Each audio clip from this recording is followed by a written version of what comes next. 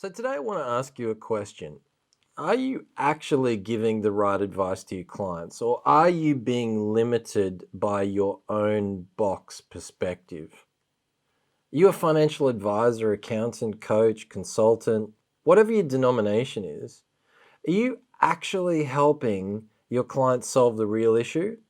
Or is your view too limited by what you practice, by the title that you have on your business card? I'm going to use a specific example that comes from the financial advice space today. So this is an issue that comes up all of the time when I'm working to help advice firms achieve client engagement mastery. When I'm helping them to understand that the value they can create goes far beyond the limited scope of perspective that they're holding on to. So the example comes about when a client of mine had some prospective clients contact him. So it was the wife of a middle-aged couple, so they're in their mid-40s, contacting him to say, hey, look, my husband and I, we need some help. We're just not getting ahead. We can't seem to make ends meet anymore. We don't feel like we're getting ahead in our lives. So he sat down with them and they've outlined their position. And their position goes like this. We're earning some reasonable dollars. So she's a teacher. He's working driving a tow truck, but he owns the tow truck, which he paid cash for going back several years ago.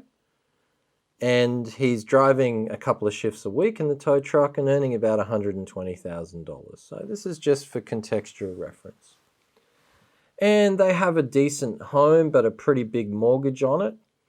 And they've got some property that they built up earlier in his business career. See, it turns out that he was relatively successful in his business career, running some construction and concreting businesses. But what happened about 5 years ago, his father was diagnosed with terminal cancer. And so he decided that he wanted to do some business that allowed him to be flexible, that allowed him to be there for his dad, to help look after him and to be with him during this time. So he made a pretty smart decision, and that was to go out, and at the time he had the dollars, so he bought a tow truck, and these things are pretty expensive, so hundreds of thousands of dollars tied up in it. But of course, if you own the tow truck, then you're cutting out the middleman, and that means when you drive your shifts, there's pretty decent dollars in it. As anyone who's had to have their car towed would actually understand, if I can get that right. So they've outlined their situation. Their credit cards are getting bigger. They've got a couple of kids in private schools and they're struggling to get ahead. So the investment property they have isn't income producing. It's a block of land they were going to develop. It's worth about $1 million and there's no debt on it. And they have a home that's worth about $1.3 million that has a significant amount of debt on it. And the numbers aren't particularly important in this example, but they set the scene. And I've asked this question of hundreds of financial advisors, whether in crowds speaking from stage or in person, and I've asked them this same question. So you've got these clients coming to you saying that their debts are getting on top of them, their cash flow is out of control, and they're struggling to get ahead. You've got the husband who drives a tow truck. He's doing 2 shifts a week. And he said that he's happy doing 2 shifts a week, but he's not willing to do more. Okay? So that's the business that he's operating. She's a school teacher. She loves the job, and she's happy to continue doing it. So what advice do you give them? Well, the problem is that if you come at things from being a financial advisor, then everything's starting to look like a nail because all you've got as a tool is a hammer. But if you come to your clients' situations from the point of view that you are there to help them to live their best life, to help them make their best decisions, and if you come at it from that direction first, then you may have a different perspective. So I've asked, as I said, lots of advisors this question. So what kind of service model can you give them?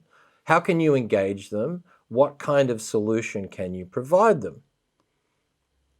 And the answers invariably are similar to what my client engaged this couple on.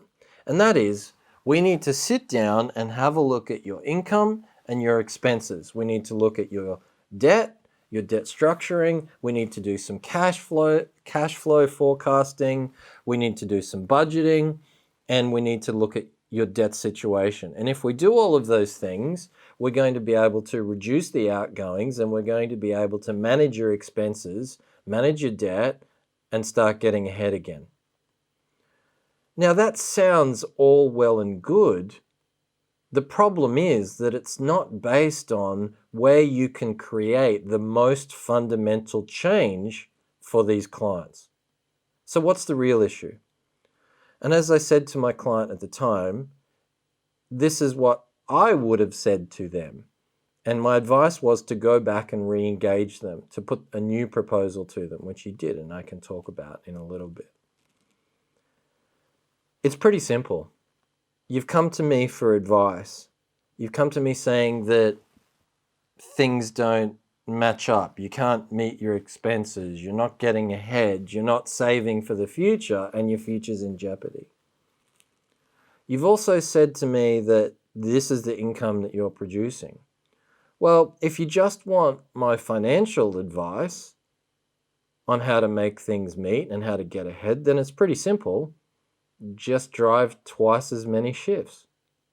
I mean, ultimately, he's doing 2 shifts a week. Most of us work 5 or the equivalent of 5. So why isn't he willing to work more? What's really going on here? What's actually the issue? Think a little deeper. It seems incredibly obvious to me. And in fact, it was so obvious, in 2 minutes of explanation, I was able to tell my client what the real issue is and how to go back and how to re-engage this couple. The real issue is this. He's lost his mojo. He's a successful business person before. He's got off the horse. He's not fulfilled by driving a tow truck. He can't see a directional future in front of him. That's why he doesn't want to drive more than 2 shifts. So I said, go back to him and say, what's the real reason you're not driving more shifts? How are you feeling about what you're doing? Have you lost your mojo? So the plan that you need isn't to manage your expenses. The biggest variable that you've got right in front of you is this person's energy, his ability to produce, because that's the thing that's changed. That's the reason they're not getting ahead anymore. Not because their expenses are not right, it's because the income's not right. And the income's not right because he's not in alignment with what he's doing. So if you want to be the best financial advisor in this situation, stop limiting yourself to the box and instead say, how are you feeling? Where are you at? What's really the issue?